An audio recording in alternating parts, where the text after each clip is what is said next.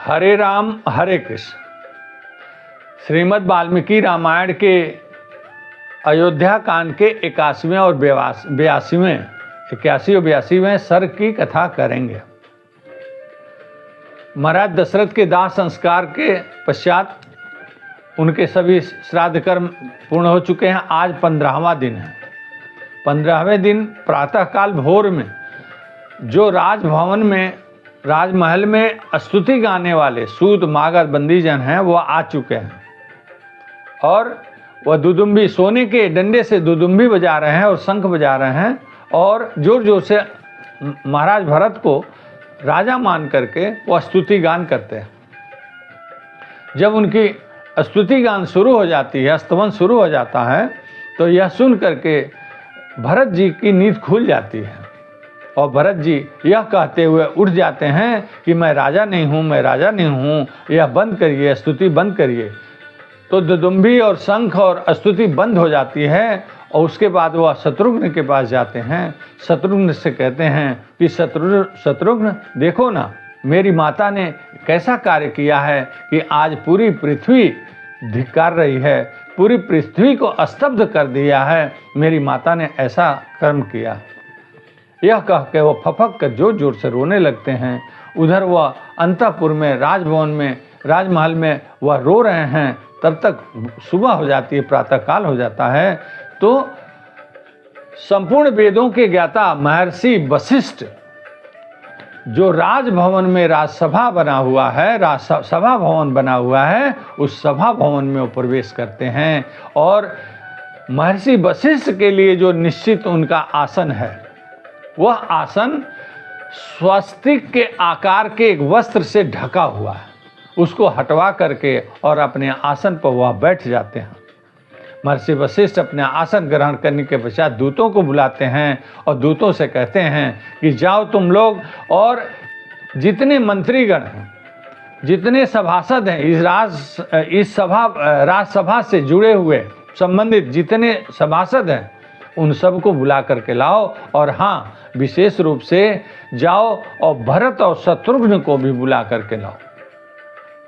सभी दूत चारों तरफ फैल जाते हैं और जाकर के मंत्रियों और सभासदों को सूचना देते हैं कि पुरोहित महर्षि वशिष्ठ जी ने बुलाया है।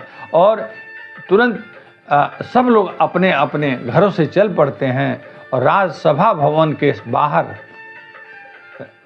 भारी हलचल हो जाती है, कोलाहल होने लगता है। सभी लोग अपने अपने मंत्री लोग अपने अपने रथों से आ रहे हैं और अपने अपने वाहनों से तमाम लोग आते हैं और यहाँ तक कि जो विद्वान ब्राह्मण राजसभा से जुड़े हुए हैं, संबंधित हैं, वह भी आने लगते हैं। अच्छे अच्छे वस्त्रों में वेदपाठी ब्राह्मण जो संभ्रांत ब्राह्मण हैं, वो लोग भी राजसभा भवन में प्रवेश करते हैं और सभी लोग अपना अपना आसन ग्रहण कर लेते हैं।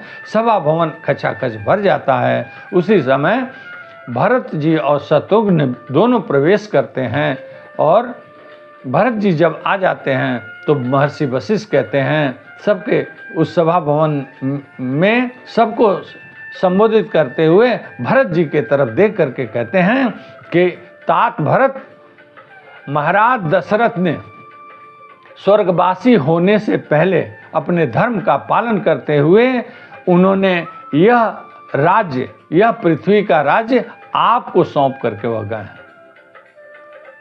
धन दान से संपूर्ण यह पृथ्वी वह आपको देकर गए हैं और इसके साथ साथ आपके बड़े भ्राता जो श्री राम हैं, उन्होंने भी धर्म का पालन करते हुए वन जाने का, वनगमन का उन्होंने निर्णय लिया और वन में चले गए हैं। वह भी आपको यह राज्य दे करके गए हैं।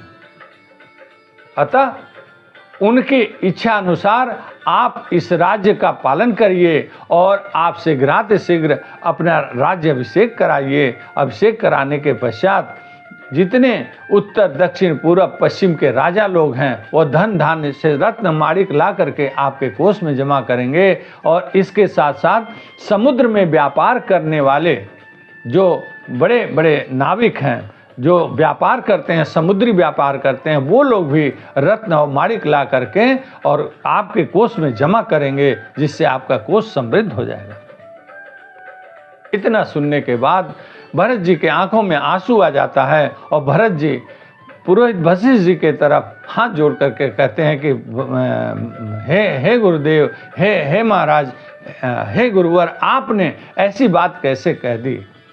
इस राज्य के राजा दशरथ, महाराज दशरथ के बड़े पुत्र श्री राम हैं और यह राज्य भी श्री राम का है और मैं भी श्री राम का हूँ।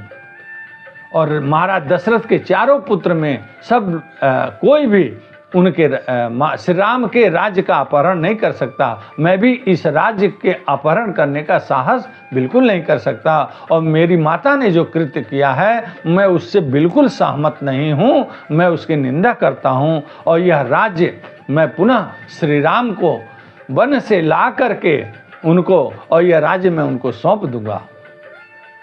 मैं पहले भी निर्णय ले चुका हूँ कि मैंने अयोध्या से गंगा तक का जो मार्ग है उसको सुव्यवस्थित करने के लिए मैंने तकनीकी लोगों को और श्रमिकों को पहले ही भेज दिया है। और सुमंत जी को आदेश देते हुए कहते हैं कि सुमंत जी, यह मेरी आज्ञा है, मेरा आदेश है कि आप हमारे सेना के जो सेनापति हैं उनसे कहिए कि पूरी चतुरंगिनी सेना श्री राम को लेने के लिए वन में जाएगी। और इतना ही नहीं, प्रजाजन को भी आप संदेश दे दीजिए मेरे तरफ से कि सभी लोग जो जाना चाहे श्री राम को वन में लाने के लिए वो सब साथ में चल सकते हैं। शीघ्रता करते हुए सुमंत्र जी सेनापतियों को और प्रजाजन को यह संदेश दे देते हैं कि भरत जी का यह आदेश है कि जो लोग वन में श्री राम को लेने के लिए चलना चाहते हैं वो लोग चलें।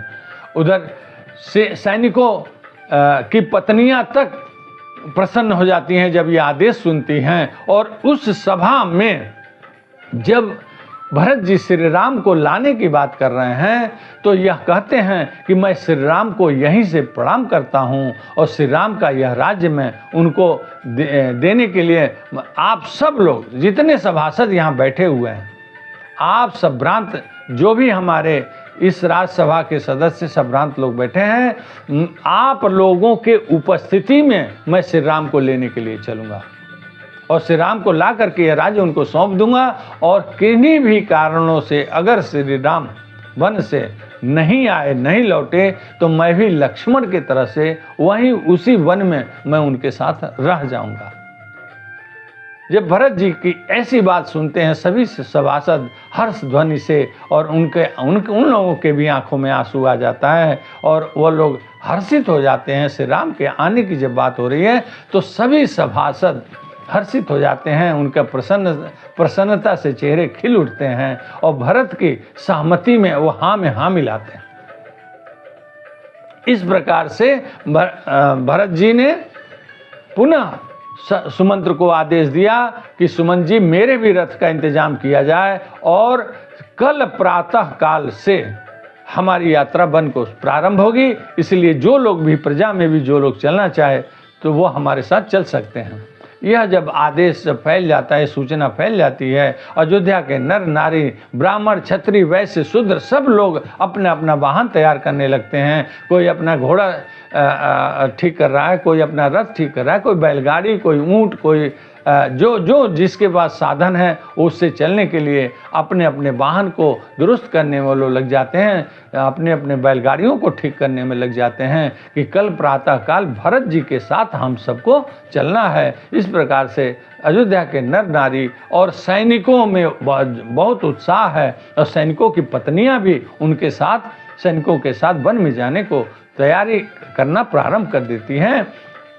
यहाँ 82वें सर्ग में कथा यहीं समाप्त होती है। अगली कथा हम 83वें सर्ग की अगली कड़ी में करेंगे।